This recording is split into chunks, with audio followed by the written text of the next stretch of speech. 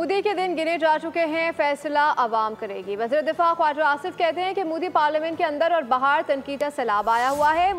मोदी ने अपने खिताब में चीज़ों को समेटने की कोशिश की है। चीज़ें इतनी बिखर चुकी हैं कि मोदी समेट नहीं सकेगा। हम मसला कश्मीर, पानी और दहशतगर्दी पर बात करेंगे।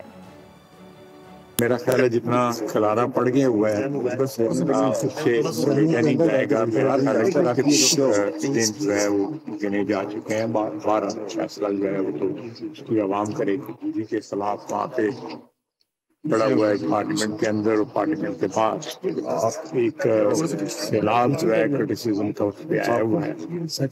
और कल उसने तकरीर में कुछ समेटने की कोशिश की है। 3 बड़े मसले हैं। कश्मीर का उन्होंने खुद कह दिया है, दूसरा टेररिज्म का उन्होंने कहा है, तीसरा मसला जो है वो पानी का है।